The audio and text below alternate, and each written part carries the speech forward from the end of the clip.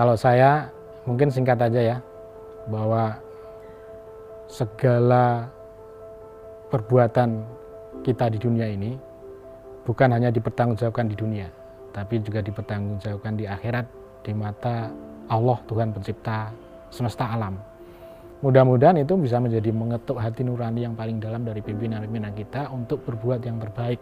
Saya mengatakan, nilai-nilai KPK ini didesain sedemikian rupa untuk membantu dia mencapai tujuan bernegara itu. Karena terus terang, kami sangat yakin ini sebenarnya nih, tujuan bernegara itu kita tidak capai, ya. Salah satunya adalah karena korupsi. Jadi saya yakin misalnya, kalau korupsi telah berhasil kita berantas, negara ini akan langsung cepat majunya. Arti KPK ini kan buat saya dia merupakan yang dikatakan sebagai buah dari reformasi ya. Salah satu buah dari reformasi yang menurut saya kiprahnya sangat terlihat jelas prestasinya dan langkah-langkahnya itu kelihatan.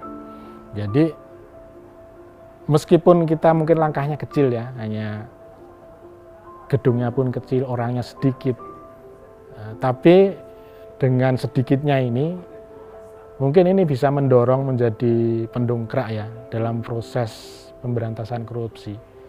Artinya perbaikan di segala sisi, karena mungkin awalnya kita dianggap sebelah mata gitu ya terkait dengan pemberantasan korupsi, tapi dengan langkah-langkah yang kita lakukan itu sadar atau tidak sadar itu menggerakkan juga instansi-instansi yang lain untuk membenahi instansinya masing-masing supaya lebih baik. Buat saya sih KPK itu adalah role model, ya, role model bagaimana kita melakukan proses-proses administrasi dengan benar, ya, bersifat melayani tadi, ya kan ya, dan berdampak. Jadi jangan misalnya kita buat lembaga ini hanya sebagai formalitas toh, tapi harus berkontribusi, berdampak kepada kepentingan publik. Itu buat saya KPK.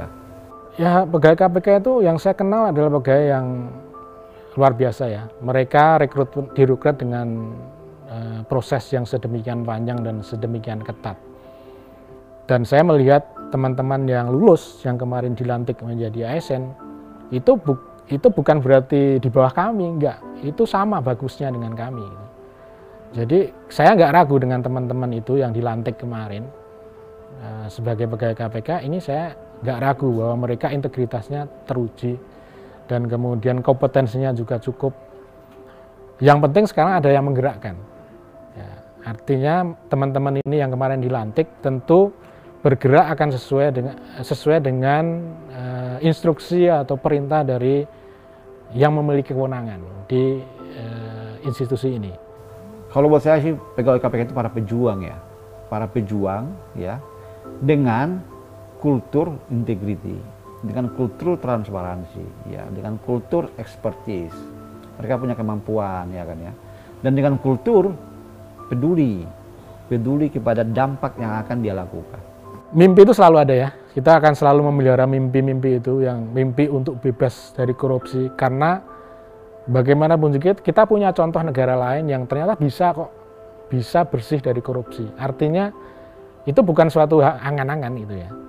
Bahwa kondisi itu bisa kok diwujudkan gitu loh. Bukan hanya sekedar angan-angan dan mimpi semata. Jadi misalnya KPK itu harapan sebenarnya, harapan publik untuk mencapai Indonesia maju tadi.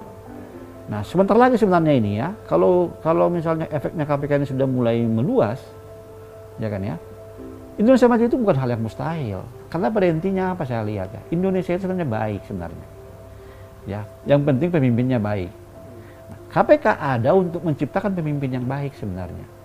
Kan gitu kan ya. Dengan pemimpin yang baik, ya, dia akan bekerja untuk kepentingan publik mencapai Indonesia maju. Itu dalam pemikiran saya. Jadi saya optimis.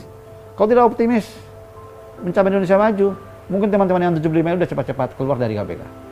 Tapi karena optimis itulah mereka masih tetap di sini.